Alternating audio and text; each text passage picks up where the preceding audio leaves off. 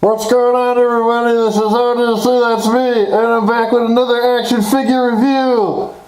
This is our review of the... Okay, I'll stop doing that. That was my impression of me doing a review, a megaphone voice. It was the best I could do, so I hope you appreciate my homemade megaphone.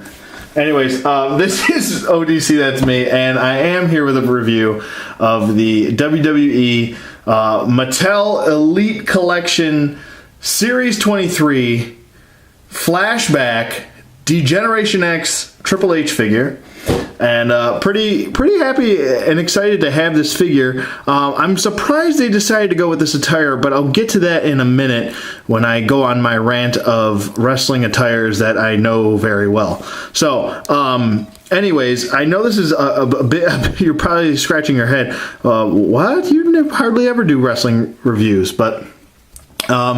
there are some wrestling figures that I do appreciate and I will pick up, and this guy's pretty new.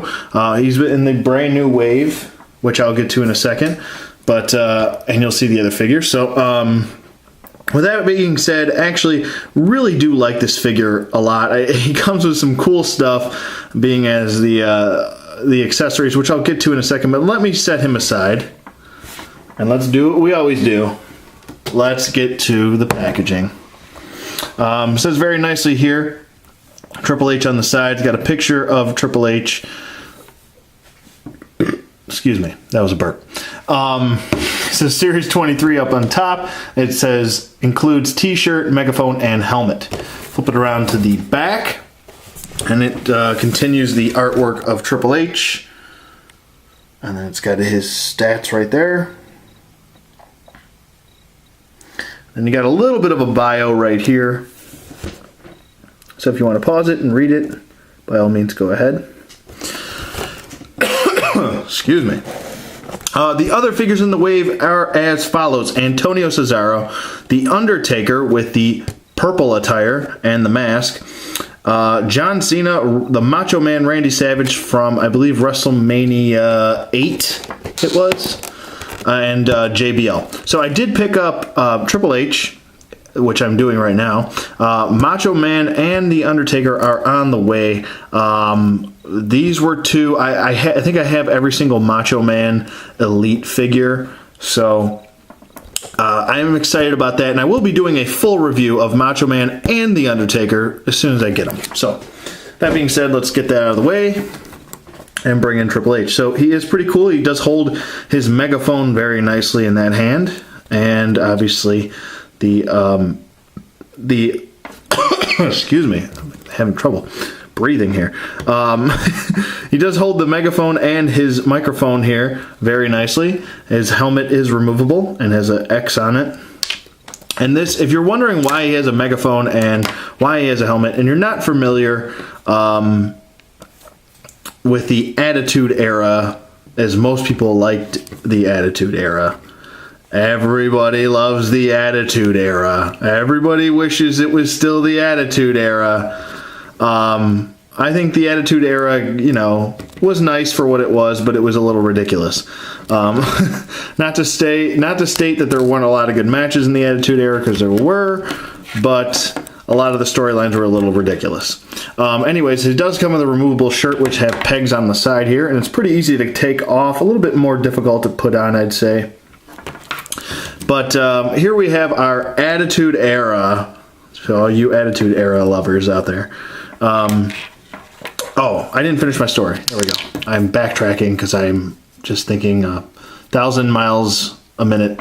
But the reason why he does come with his helmet and his megaphone and his Degeneration X t-shirt is because this is to reminisce of the invasion of WCW when they were on the tanks and had their helmets on, and the whole DX Army thing, and they went to the WCW live event, or it was a taped event, or whatever they did back then, a Nitro event. There we go.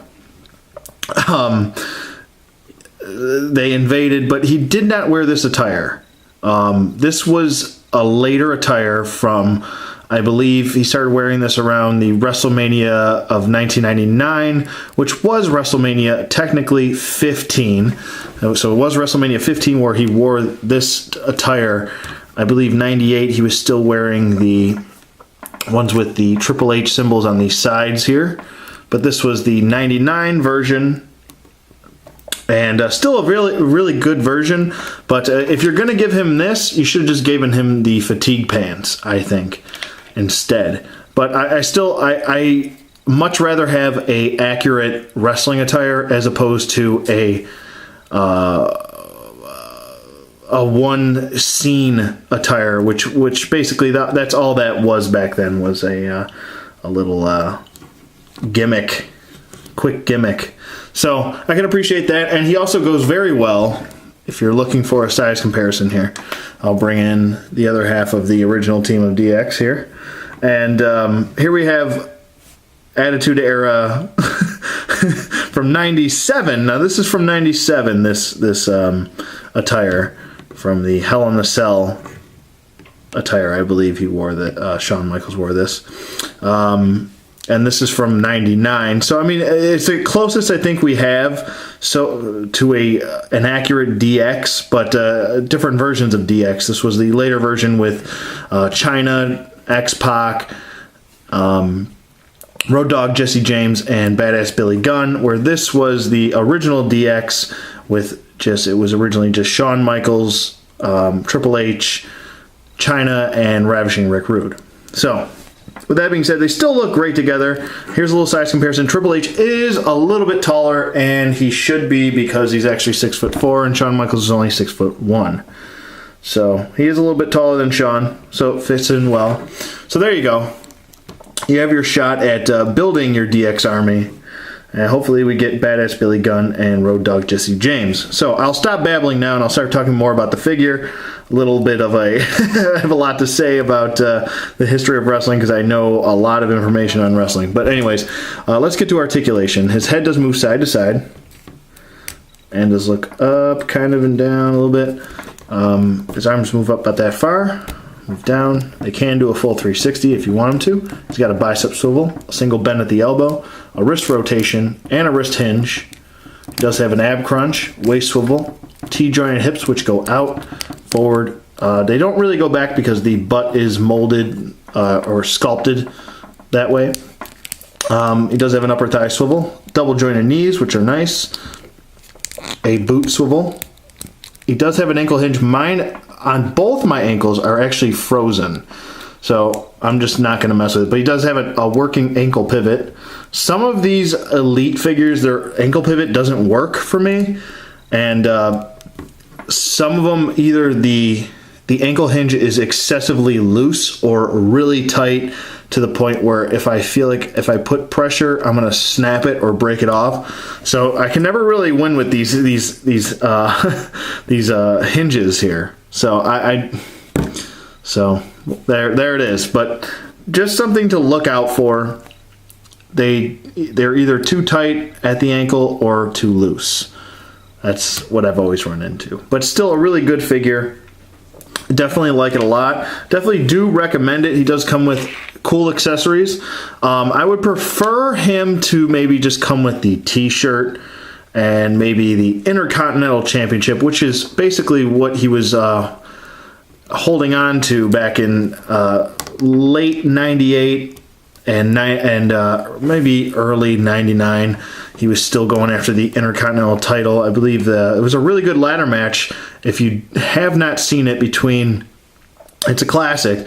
I wouldn't say it's as good as, Razor and Shawn, either one of their ladder matches, because there were multiple ladder matches, one at SummerSlam 95 and one at WrestleMania 10. But this one was good between Triple H and The Rock at SummerSlam 98. So definitely check that out. That was a good one. And yeah, I definitely recommend this figure. If I had to rate this figure, I'd probably give him an 8.5. He comes with some really cool accessories. I like the face sculpt. I like the old style hair with the braid, which I did not point out. Oh boy. And the hair looks pretty good. If you revert back to my old DDP review, his hair looked like squiggly spaghetti and I wasn't sure what was going on with that hair, but still, really cool attire. I'm not trying to zoom in on his crotch here, but that's pretty much all the design is for him on here. And then he's just basically black throughout the rest of his attire. So definitely sorry for such a long review, but there's a lot going on here, and I hardly ever do a wrestling figure review, so I like to do them some justice and really spend some time with them, and maybe give you guys a little bit of a history lesson the best I can. So with that being said, it's pretty much going to wrap it up for the WWE Elite 23 Flashback DX Triple H figure. Like I said, if you're looking for an older Triple H figure, I think that this is the best route to go, especially if you're looking for a DX version. Definitely, I'll bring in Sean again here. There we go. I can have these two kind of just standing next to each other. There we go. So they do look good. He's in proportion, I think. He's supposed to be taller than Sean. Definitely recommend this figure. I'm going to repeat myself again. Let me know what you guys think in the comments below. Sorry for such a long review, and I will see you guys on the flip side.